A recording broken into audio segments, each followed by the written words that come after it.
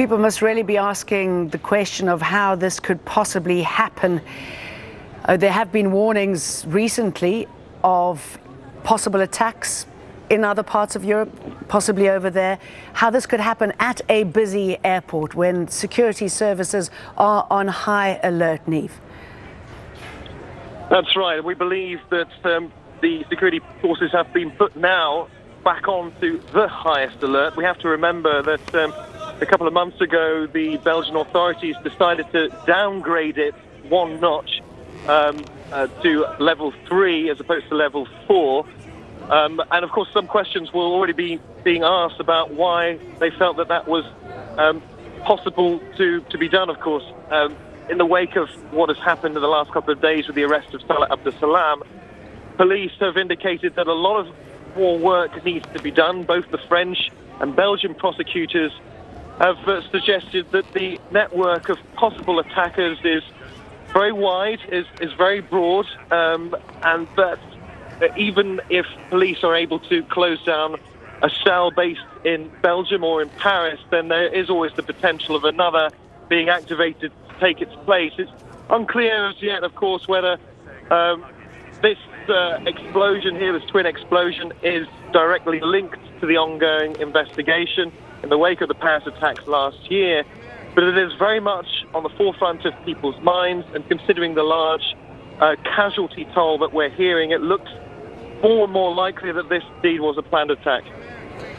Let me just bring you in this comment from the Prime Minister, Charles Michel. We are following the situation minute by minute. Our absolute priority will be given to the victims and people present at the airport. I mean, any idea at this stage who the victims are, Niamh, and what's been done to make sure that the information gets out to those who need to know this sort of thing? All we know so far is coming from eyewitnesses at the scene who have described a large number of injured people lying on the ground. We can only assume that this refers to civilians, that refers to people who were at the airport at the time.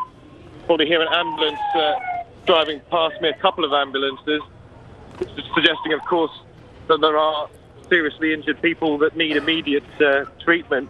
In terms of getting information to the right people, of course, there are a lot of Belgian media outlets here that are covering this, are incredibly quick to cover it, and leading officials are always very, very quick to alert the media in incidents like this, when there are security risks, when there are security alerts. Since the Paris attacks last November, the Belgian authorities have been very, very consistent in how they share information and how they police key installations as well. But the question is, how much can you really do? How can you predict what is essentially the unpredictable? Well, you can put more resources into it. You can do as much work as you can with intelligence. You can partner up with your key allies in France. But already over the course of the weekend, both Belgian and French prosecutors have been clearly saying that much more work needs to be done, that the arrest of Salah Abdeslam is only the first link, that there are other threats, other challenges in the road ahead. And obviously, it's not just Belgium and France, Niamh. These fighters who go off to Syria and elsewhere to get trained have access to so many parts in Europe, don't they? And what you said earlier bears relevance to this, the fact that it's such an important airport at the center of Europe. It is. It's the heart of political Europe. You have the European Council, the European Commission, the European Parliament based here. You have people from all over the world arriving here in Brussels. It is a key transport hub for people going from the States to Eastern Europe and to the Far East.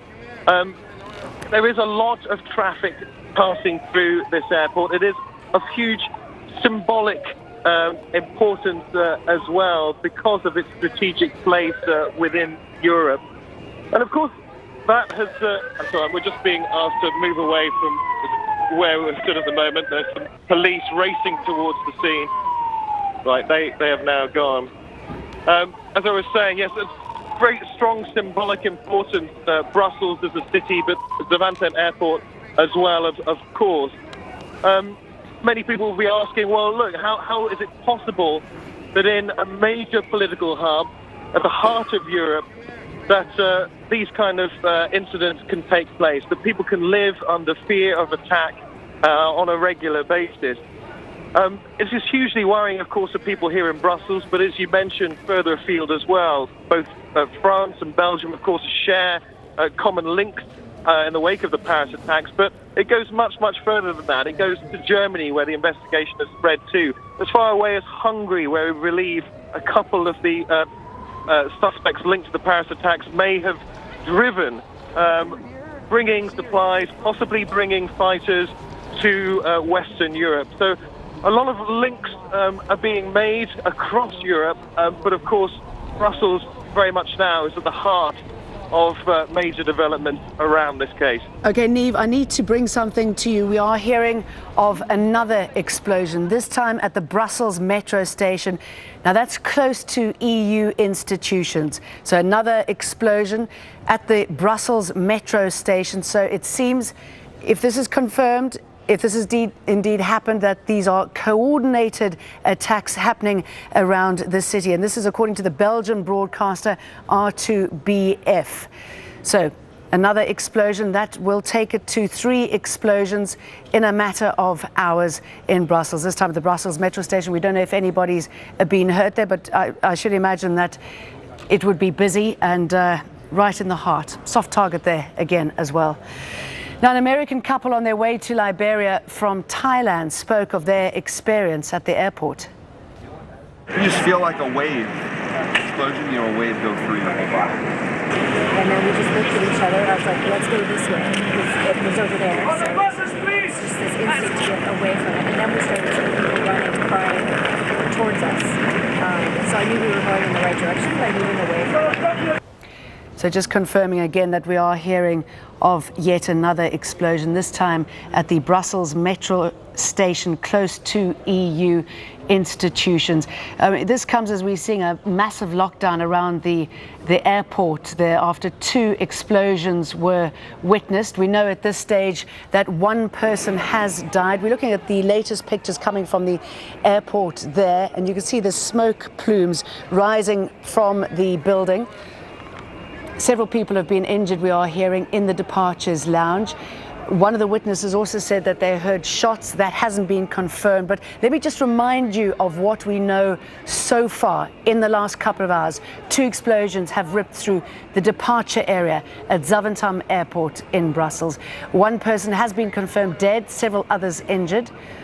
Belgian media say the airport is being evacuated. Flights have been stopped and trains to the area are also not allowed. Let me just show you where Zaventem Airport is. It's located northeast of Brussels in a suburb there. So quite a built-up area, as you can see. It's just around 12 kilometers outside the city centre, but still lots of action there. And airport authorities on social media are asking the public to avoid the area. I mean, look at that fear of people running away and asking the question, how could this possibly happen in the heart of political Europe, especially considering that there had been warnings of imminent attacks, considering the ongoing investigation into the attacks in Paris in November.